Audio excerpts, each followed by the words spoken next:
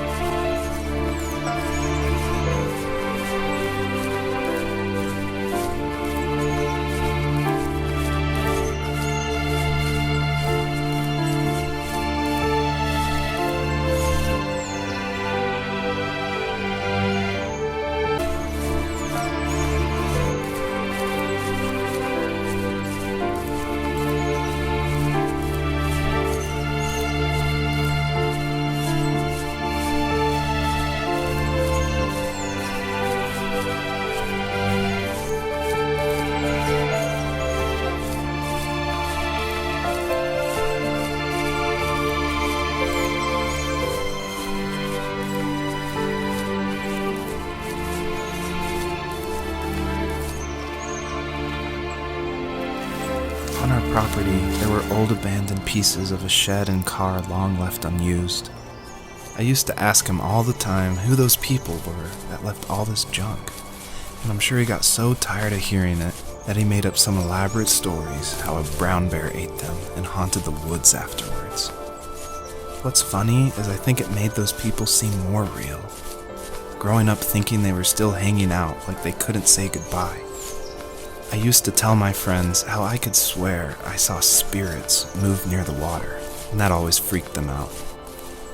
I guess it didn't bother me, because the way I saw it, they were normal people with old cars and sheds, just trying to figure out how to survive and be happy in the middle of nowhere. It was a cool thought that they didn't want to leave, but you know, I was a weird kid.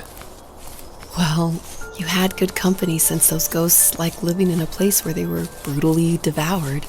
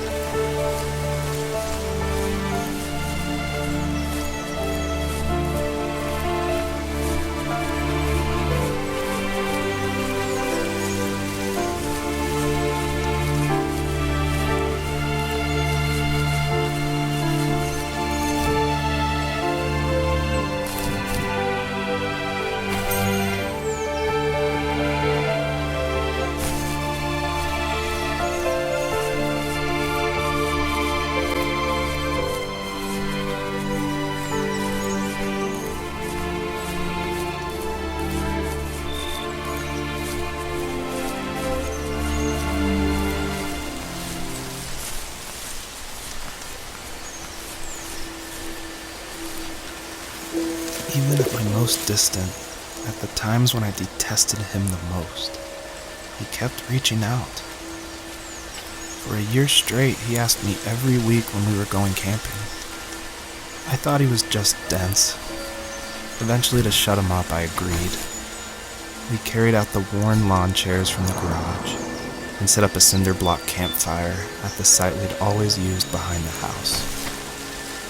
We walked down the mountain path, talking in the warm sunshine we only got a couple months of the year. Those 3 obsidian rocks shimmered alongside the shore, almost like sparklers pressed against a dark window. I'll never forget that wet stone on my feet, or how those massive mountains looked even bigger in the lake's reflection. I felt small, but grateful. As the sun set, my dad found something I hadn't seen for a long time. The tree where I'd made my first carving when I was 6. I hadn't even carved it. My dad had helped me, but I still called it my tree. Something about seeing my name there made me open up, and we talked about everything that night in that old camouflage tent. I told him how much I love sketching and design, and how it would be a dream to study architecture in Seattle. I told him how I didn't get along with my friends much anymore, but that I didn't mind being alone. He told me he was there for me, and he joked that if all he had to do was write my name on a tree to finally get me to talk, he would have left me carved logs with novels on them in front of my room every morning. I don't know why it took me that long to realize it, but it was then I knew how much he had sacrificed for me.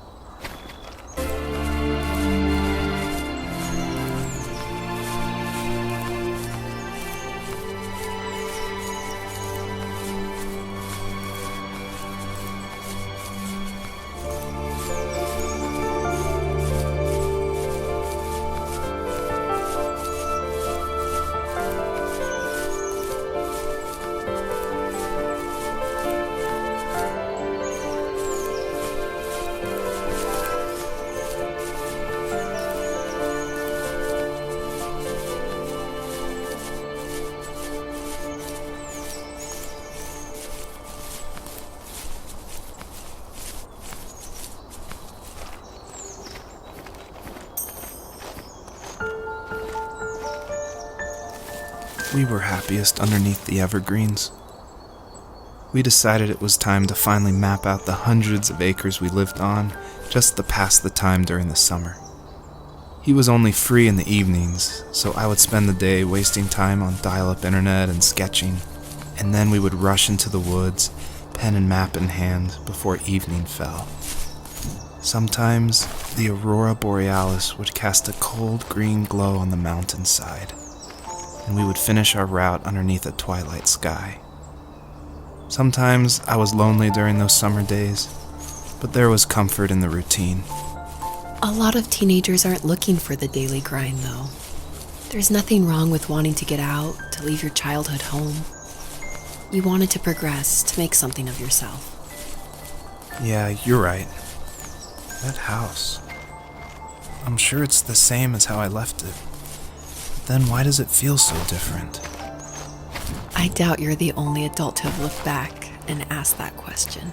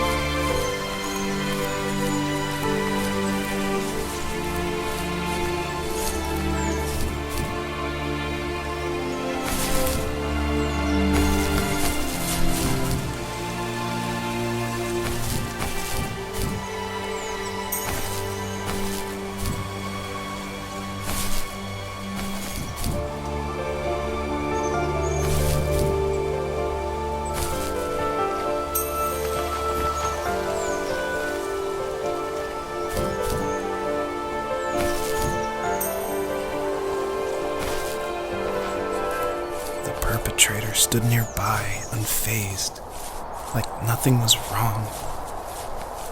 My dad is dead, and he's never coming back, Rachel.